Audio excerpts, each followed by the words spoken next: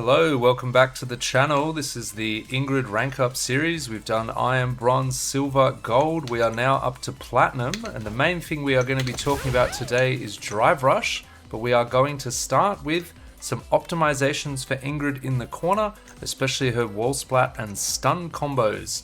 Wall splat is not something you should be doing much with Ingrid at all, but the stun combo is juicy, so I think it is well worth doing stun combo stuff. We will also be talking a little bit about defending against drive rush. Alright, let's get into it. The first thing I want to talk about is some corner optimizations for Ingrid.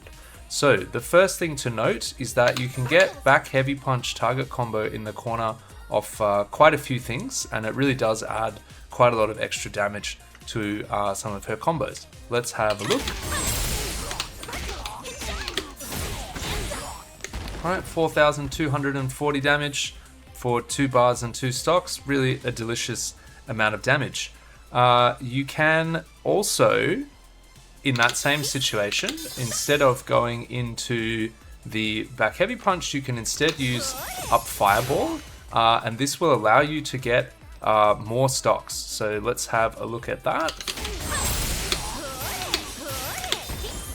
Right, now there I did it quite badly, and so I'm -3, but you can in fact get this to be a plus situation. Let's have another try. Right, +2. Alright, so that is very powerful. You get 3,400 damage in that case, so quite a big sacrifice of damage of about the equivalent of a medium or even heavy hit in some cases. So quite a big sacrifice, but you do get that extra stock. As a general rule, having watched the high-level players, but especially Punk, my impression is that you should be getting your stocks as a priority. So Ingrid really has this kind of dramatic reversal potential where she starts out as a relatively weak character, mostly because of how stubby her medium buttons are, and because her heavy buttons are so drive impactable. So she has a little bit of a hard time initially, especially against anyone who can challenge your fireballs like Blanca. But once she's got a stock, then all of a sudden she's the most high damage character in the game. So it's really quite important that you get your stocks. They will massively increase your damage output and massively increase your corner carry. So they are an enormous force multiplier. So you want to get your stocks. You will sacrifice damage in order to get stocks, but not sacrifice Okizeme, especially if your Okizeme is getting your opponent into the corner. So if you have a situation where you can follow in with a drive rush, you absolutely should, and you should keep that pressure on your opponent. But if you're beaming people, then just be getting your stocks up, right? Particularly if you see people back rising foolishly against you, then it should be feasible in most cases to get even 2 stocks off a lot of the time. Alright, so I think that double fireball option is quite a good one because it allows you to get your stocks back. The next thing we want to talk about is that you can, even without using the OD beam, if you just use a heavy beam with 1 stock, then you can get more juggles than you could mid-screen. Let's have a look. 3,140 damage. That's quite tasty. And that does come off all sorts of Okizeme situations. So if your opponent wakes up pressing buttons and you get a medium punch off, or even a crouching light punch off and it's counter hit, then you should be able to go into your target combo and have a nice time. Let's have a look. Right. So just instead of doing fire there, finish with the OD with the heavy beam, and you will get into that juggle situation. It's only 2,300 damage there because we got massive scaling, so it might not be really worth doing that in most cases, but it's worth being aware that that is an option. Next thing we need to talk about in terms of her corner optimizations is that if you do heavy ballerina and finish with a beam, you can stock on the ground and still be plus. Let's have a look. See, +2, right? So we can continue our pressure there, and that's really tasty and something that you should be doing in many, many situations. And then the final thing to talk about is that if you get an OD beam and it takes your opponent into the corner, you can follow up with your teleport forward heavy kicks and get a juggle. Let's have a look at that.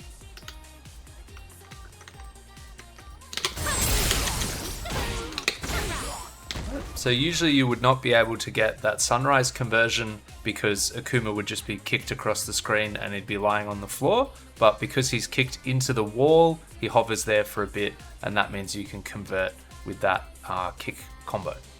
Nice. So what applications are there of these corner optimizations? Well, I think the main ones to talk about are the wall splat and stun combos. Now, the wall splat, I really don't think that you should be doing it with Ingrid very often because the risk-reward ratio is not good. So the let me first talk about some of your options. So wall splat, you can get a stock off and you get 1600 damage. That's not a lot, but you are plus 10, so you can follow up with a heavy kick or something on their wake up. Not a terrible situation to be, but 1500 damage is not a lot to risk your positional advantage. So remember that in order to wall splat someone, you have to already have them in the corner. Ingrid's drive impact is very short range, and so it's quite hard to do what, say, Akuma does, where from way downtown like this, when you're defending in this position, they would charge at you with a drive rush Oki and then hit you from here into the wall, or even from further away. They'll hit you from here into the wall because there's so much carry. And then Akuma can also drive rush in behind that wall splat and get big combos there with his forward heavy punch. Ingrid doesn't have those kind of options. She has the one I just showed you. You can go forward heavy punch from very far away and get that sequence, but I think that's generally quite risky because if your opponent does see your drive impact and react to it, you have now lost the corner position. You've probably taken 2000 damage or something like that, and your opponent has Oki and you're probably back in the middle of the screen. So for 1500 damage in a stock, I don't think it's worth risking that situation. Now, if you have two stocks, you might think, well, I can get a beam combo off and I can do heaps of damage. The reason why that's not quite the case is because wall splat changes the juggle combo count, so you can't use your normal routes. So we saw earlier that with Sparkle and Shine, my favorite combo, because it just feels like you're trolling your opponent. Sparkle and Shine while you take 4000 damage. You can't get that juggle off a wall splat. Let's have a look. Right, see the sparkles just go straight through Akuma, and that's because the juggle count is maxed out. So the only way that you can get the damage here is to use drive rushes, and that starts to become very expensive because you already need to spend 1 bar in order to do the drive impact, then you need to spend another 2 bars in order to get your OD beam, and then you need to spend a bar for the drive rush. So now you are spending 4 bars, which is likely to burn you out. If it doesn't burn you out, but your opponent somehow manages to get on the offense, dig themselves out of this corner situation, you are now close to burnout and you can't drive rush cancel your way out of the corner. So I think this is generally not an option that you want to be going for. A couple of options that I do think are worth going for is the level 1 when you have 2 stocks. So let's have a look at that.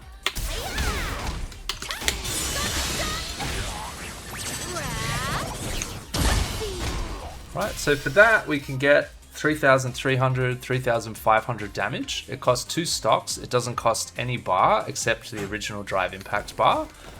That's really quite good. Remember that to get that maxed out level 1, you've got to hold down the kick button. It's also pretty good with just a single stock. Oops, let's have a look.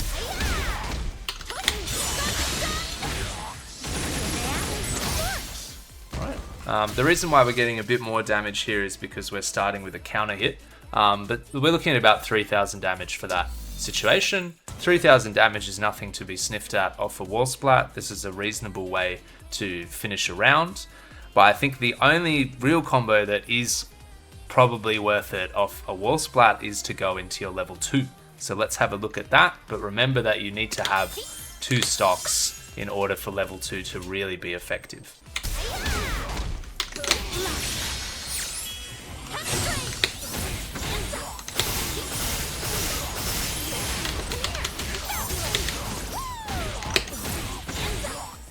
Right, so there we can get 4,000 damage, and that's certainly not the end of that combo. Like, we can crank more damage out of that, but 4,000 damage, and we actually get an extra stock than we started with, because you can charge to 3 stocks while they're up in the air. That's really quite amazing, and something that's probably worth going for where you can maybe close the round out with it.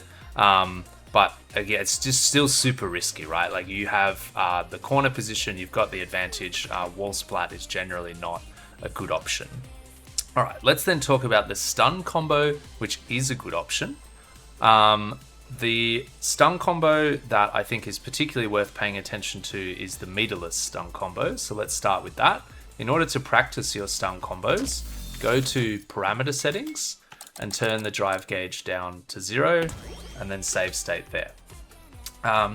One thing that I should have said already is that usually in these combos, you need to cancel the second hit of the sparkle and shine, not link it. So you need to cancel that into heavy beam, for example.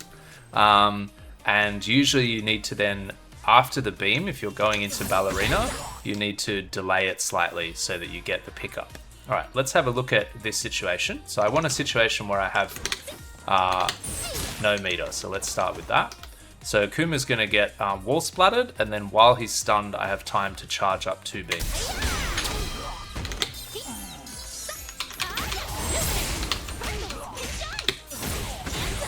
Nice. So 4,000 damage off a stun combo is a colossal amount of damage, because usually stun combos are very, very heavily scaled. And so in order to get that kind of damage, you would usually need to spend super bar. Ingrid does not, because she has the OD beam privilege. So I think that combo in particular is a very, very nice one and well worth learning. Drive impacting people when they're in burnout is much safer than drive impacting people when they can just drive impact you back. So this is something worth paying attention to. So just to reiterate that combo, you don't need any stocks to get it started. You do stock, forward heavy punch into cancelled into OD beam. Then you don't even need to walk forward or anything. You just go into sparkle and shine, and then a slight delay medium ballerina.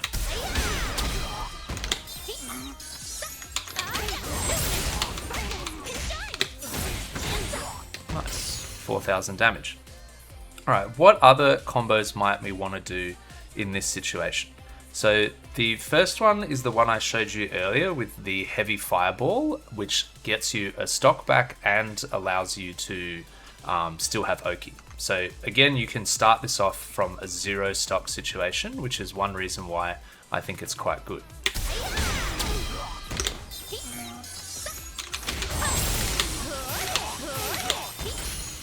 Right there, I'm +2. So we did sacrifice quite a bit of damage there, nearly 800 damage, so the equivalent of a heavy kick, but we are now still in the corner, still with plus frames, and we have a stock, so we can continue to put really big damage onto Akuma. And I think this becomes particularly important once you are up around like 1500 and above master, because around then you really need to start being able to hit confirm this button into heavy beam, right? And once you can hit confirm into heavy beam, that opens up that sequence we saw earlier, right, where you get really nice damage if you have 1 stock. All right, so those are 2 combos that I think are well worth learning. And then the only other stun combo that I think is worth learning is your really big cash out combo. But for this, you need to have 1 stock already at the start, because we're going to need to use a lot of beams. All right, so this is where you have 3 levels of super, you have a stock, and you really just want to completely end your opponent. Let's have a look at this combo. It's basically the same as before, but after the sparkle and shine, we are going to cancel into another heavy beam. So we're going to use that last sun stock we have, and then we're going to teleport and go into level 3 super.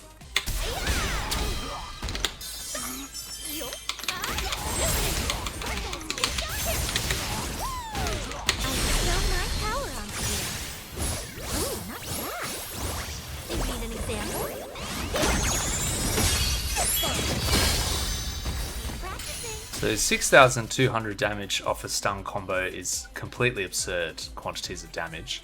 Note that you need at least 3 drive gauge, or more than 2 drive gauge to do this. So You need the stock because after you've done your first OD beam, when you cancel the sparkle and shine, you cancel it into an OD beam. It's just not a 2-bar, it's not a 2-stock OD beam, it's a 1-stock OD beam. If you don't have that OD beam, then they won't get thrown high enough into the air for the butt bounce to recover in time for you to do level 3 in time. Generally speaking with Ingrid, it can be a little bit difficult to get the level 3 super off at the end of combos. Broski just had a good video on that in his Is Ingrid Good video. He talks quite a lot about how finicky it can be to get her level 3 off. So anyway, I think those are wall stun combos worth learning, and I think in particular you want to learn that very basic meterless combo because it does so much damage. Alright, that's it for wall stun and wall splat. Let's talk about drive rush cancels. Alright, we are going to start by talking about drive rush cancelling off low forward, and then we will talk about neutral drive rush.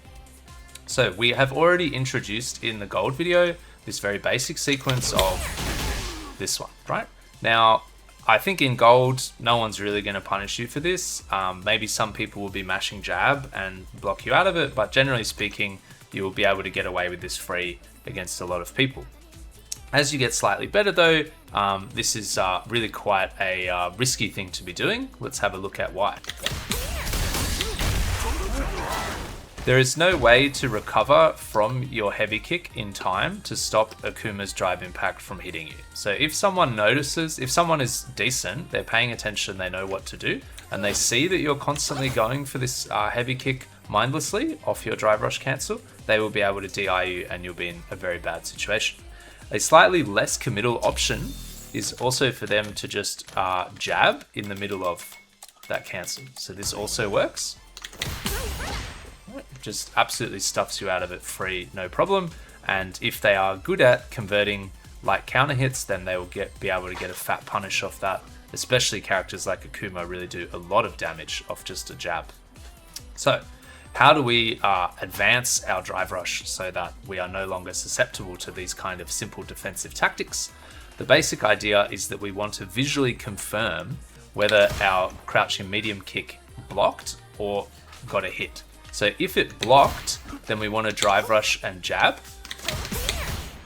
And if it got the hit, then we want to drive rush and go into our heavy kick. So in order to practice this, we want to put the dummy onto random block. Initially, you can just turn off all the block reversal settings. And now you just want to practice, and I'm going to say for hours, for hours, converting.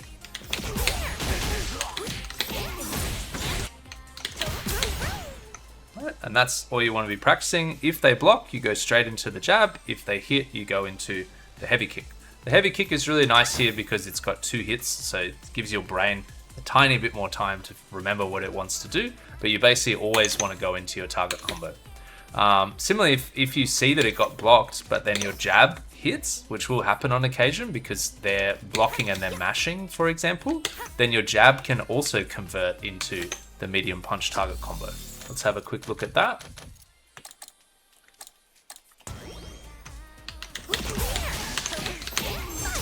Nice. Okay, and remember your medium punch target combo goes into the medium beam, so you can stock. It goes into level 2 if you want to cash out and do heaps of damage, and it goes into ballerina if you want to maintain your Oki. So that's a really nice situation. All right, let's add extra layers to this. So once you feel like you've got some confidence at confirming that you've either hit with a heavy kick or your jab has gotten blocked, what do you do next? The first thing to understand here is that the reason why the jab is so effective is because it's a true block string. So between the low forward and the jab, there is no gap in the frames in which Akuma can put a button out. So right now, he is trying to jab after every one of his blocks. What? No, he's not. He's trying to jab, but he doesn't get the jab out in between those 2 moves because it's a true block string. Because it's a true block string, if he's trying to do something like OD uppercut you, which is a very good defensive option in this case, it doesn't come out until later. This means that you can set up tick throws here really easily. After you do this, you are +3, which means that if you just immediately mash throw, there's no way they can jab out of it. Right, this is a very powerful sequence. You can also just go straight into throw, but going straight into throw is more susceptible to the OD Shoryuken, right? If they've got an invincible reversal, they can stop you from doing that. Let's have a look. Boom, wrecked, right? And I will be telling you to defend with counter in a moment. So this is quite a good option. And the thing that kind of stops your opponent from defending in that way is to use this crouch light punch conversion. And if your opponent is mashing DP, then oftentimes all you need to do after your crouching light punch is block. And you will get the big punish. It's also, of course, invincible to drive impact in the same way. Right, so that's quite nice. So, well worth knowing that jab sequence and just being ready for those options.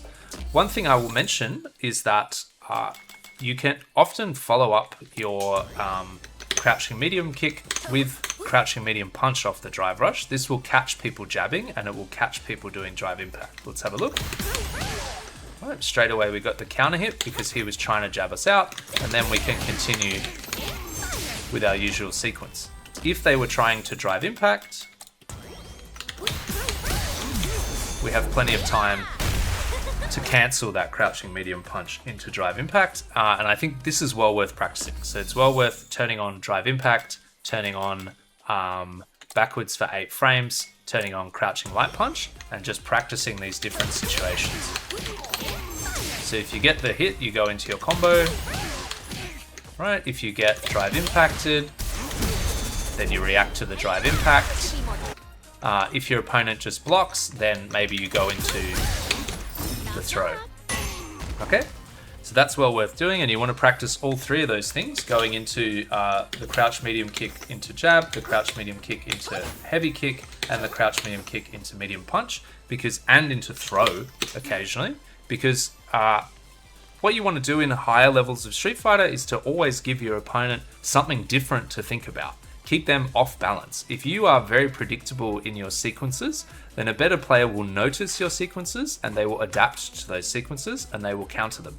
If you are constantly rotating your sequences, then you are more likely to be able to get breakthroughs in their defense. So we might have a default of heavy kick or crouching light punch, but we want to occasionally mix in that crouching medium punch as well and the throw. All right. Next layer of this offense is to think about what we do after we get the jab. So we know if we get the hit, we're just going to continue with our combo. But if we get the jab, we are in a different situation. So we know we are +3, right? So we are in a strike, throw, shimmy, mix-up situation. So we've already looked at the throw as an option, right? The tick throw is quite powerful here. Right, let's say that he tries to jab us out. If we are pressing throw immediately, we should beat that jab. There we go. We've got the counter hit. All right, so that's our first layer. Now, if our opponent notices that they can't jab their way out of this pressure, I should say, if the jab is hitting you, it means you're not pressing throw fast enough. You have to press it really fast. Remember that 3 frames is 3/60ths of a second, so it's very, very little time. If your opponent notices that and they start instead doing techs, then what are your options? Right. If they are doing instant tech, like he did just there, then the shimmies aren't going to work. So you could see that he was able to block my jump shimmy. He will also throw me when I'm going backwards. So we can do the regular shimmy, but he'll usually catch us unless we're quite far away off the initial hit. Sometimes that does work. That will definitely work if he's got a delayed tech, right? Then you have plenty of time to get the shimmy on. Right, so we've got strike, throw, shimmy. The other option you have is to continue your sequence. So what is the strike option here? Right, crouching medium punch or medium punch is one option. The final very, very important option one of the, I think, default options is to do crouching light kick. So let's have a look. Right. You can put it on a slight delay. The reason why you put it on a slight delay is that you are trying to catch two things. So first, you are trying to catch opponents who are trying to walk out of your pressure because they are not crouch blocking.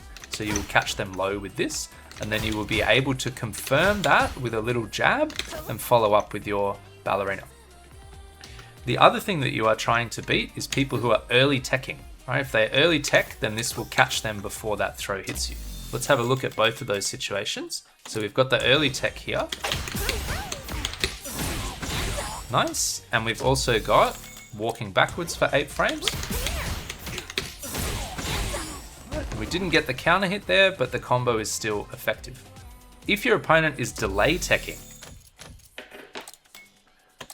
then this won't work. They'll block it all out. We have to put Akuma back on block all here. You can see that. Here we would need to have a longer delay. Right, and it's really a very long delay. Not even. Okay, so it's quite hard to beat the delay tech, but of course the delay tech has a very strong answer, which is just to back off and shimmy them. Alright, so those are your options. Of course, in your block string, the Akuma can do uppercuts. They can beat your throw with uppercuts. They can backdash. They can jump. They can do all sorts of things. So to practice this, we want to go back to this drill where we put Akuma on random. Then we go to his reversal settings and we turn all of these on. I would suggest just doing 1 or 2 at a time until you're feeling pretty confident with all of them. And then start to turn many of them on. Vertical jump as well. And now just try practicing. If you think your opponents are good enough to beat your shimmy, sometimes they will even crouching medium kick against your shimmy. But I think that's very rare at this level. Alright, and now we've got our save situation. Alright, and we're just wanting to practice mostly confirming. That's the most important thing. What we do after they've blocked is less important, as making sure that we get that jab out or get our heavy kick out, or occasionally mix in the medium punch or the direct throw. You can see that there is quite a lot going on in this drill, and it's worth just spend hours and hours on it. Make sure you're locked in, and then you'll have this in your muscle memory and you'll be more effective with it in matches. Alright, let's now talk not about the drive rush cancel, but about the raw drive rush in neutral. This is a very powerful technique, much less relevant for Ingrid than some other characters like Yuri or DJ, who will just do it all the time, but still really relevant for Ingrid. Why is it relevant? It's relevant because you don't, as you get better with Ingrid, you really don't want to play the pure zoner style, you want to play the hybrid zoner style. So you want to be sitting in this kind of range, using your belligerent heavy buttons, using walk forward into crouching medium kick to get your drive rush cancels going, doing close fireballs like this that give you more time, using your beam in neutral, which is a very effective tool in this kind of range to get your stocks off. In this kind of range, it becomes feasible to drive rush jab, not just feasible, but in fact a very, very powerful tactic. It is a good jump scare. People will be used to Ingrid walking away from them. They will not be used to her coming into their face all of a sudden very aggressive. Off drive rush jab, you can go into your target combo.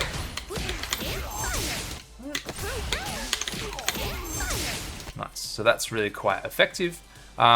And drive rush jab is very difficult to check, so really good players will of course be able to check it with medium buttons, but you have to react very fast to this, and players at the platinum diamond level won't be able to do it. They will be able to react if you're all the way over here, because Ingrid's drive rush is so slow, unlike Yuri's. So you don't want to be doing it from here, but if you're in this nice close range, then it's definitely worth doing. Especially against characters who are trying to get into your face like Ryu, you can reverse the momentum of the game and go into them like that. Of course, if they block, you have the throw option as well, and all the things that we just talked about. So you can try to catch them walking backwards. You can shimmy to bait the OD uppercut or the drive impact or the delayed tech or whatever it might be. So the situation is exactly the same as before in terms of practicing what you do if you get a hit. Sometimes, particularly at your level, instead of coming in with the jab, you might want to come in with the medium punch. But I think the jab is generally better because it comes out much faster. It's very hard to check it. You can confirm into the medium punch target combo and you really don't lose much damage. And perhaps most importantly, the jab has a very disjointed hurt box. So her hand out in front of her can only hit your opponent. It cannot be hit by your opponent. So there's a very small window in which to check this drive rush. So I would recommend using this technique. And then you also want to think about two other options. So one of those options is to drive rush in low, right? Because the low will also convert into your target combo. He's blocking everything. There we go. Same sort of thing applies. If he does block you, you can throw. You can also go into the usual situation with following up with strike throw mix. You can of course go in low and back out and shimmy. If you go in low a lot, your opponent will start crouch blocking your low advance, and then you can go into the overhead. Right now, the overhead is very easy to jab out because it's so slow, right? So you need to really condition your opponent to block in this situation. They're trying to block your low forward, sorry, your little sweep, and that allows you to open up with this, which does go into the target combo, particularly useful as a round ender to go into level 2 super. You can also, of course, do this off the drive rush cancel as well. So we talked about going in low, but you can also go in for the overhead, especially if they block. Right. As long as you've conditioned them to block with that jab sequence, you will be able to get off hits with the overhead. All right. Same drill here. Put the dummy with all its different reversal options on. Put the dummy onto random, save state, and practice confirming. Right, so there I got the hit, I shouldn't have gone for the throw. Right, that was wrong.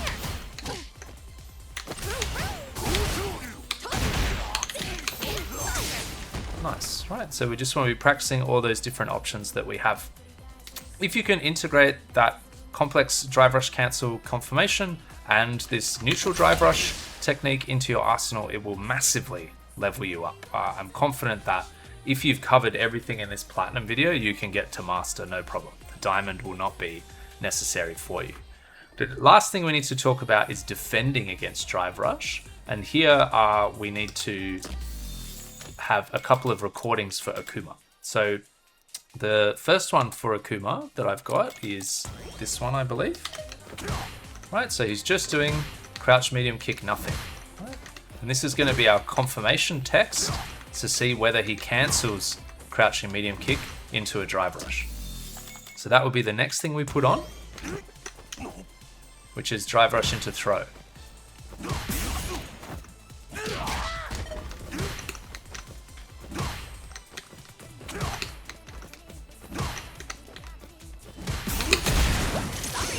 And that's what we want to practice. We want to practice reacting to the drive rush with either our counter, so down, down, OD, and that's going to completely reverse the situation, or we want to react to it with drive reversal. All right. Now, the problem with drive reversal in this situation is that you need to do it really quickly. If your opponent is doing the low forward into jab situation that we just talked about, then a slow drive reversal will get blocked.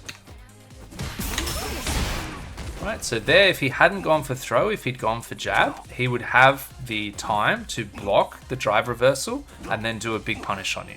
I don't think people in Platinum will be particularly good at this, but people in the higher grades will be able to recognize that you're drive reversing and they will be able to block you in that situation. In contrast, you cannot block the counter, right? But you've got to get that counter out quick. It's too slow.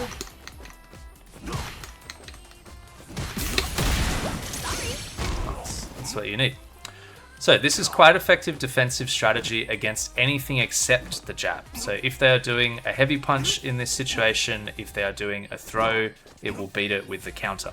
They can of course just do nothing, but it's very unusual for someone to drive rush cancel and do nothing and just run into you, right? If they notice that you're doing this counter a lot, they might do that. But most players at this level don't notice things. They are very concentrating on their own game plan, on their own flowchart, especially Akumas who are just trying to run you over. And so as long as you notice that they're drive rush cancelling a lot, they usually have pretty predictable sequences. You can get away with using counter, or you can get away with using drive reversal quite effectively. The other defensive tactic to talk about here is delay teching. And delay tech will work against the jab too. So the last thing that I have on for Akuma is the jab. Right, and so if you put on both the throw and the jab, you should be able to practice delay teching.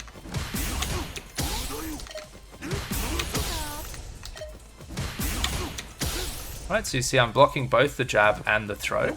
The problem with the delay tech is that if your opponent doesn't go into jab or throw, they just go into a slightly longer button, like a heavy punch or a medium punch, then just as you are trying to press throw, their button will hit you. I think I have a recording for this. Yeah, all right, let's have a look. Well, I get counter hit there just as I'm trying to tech. Really bad situation for you.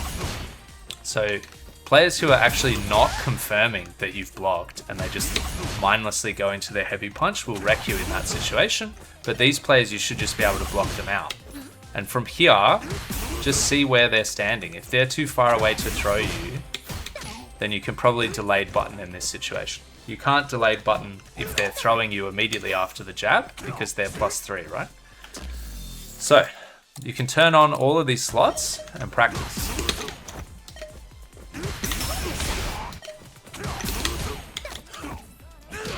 Oh, I didn't get my jab out fast enough. These are the kind of situations we have. The main thing to do is just not to do anything if they don't cancel into drive rush.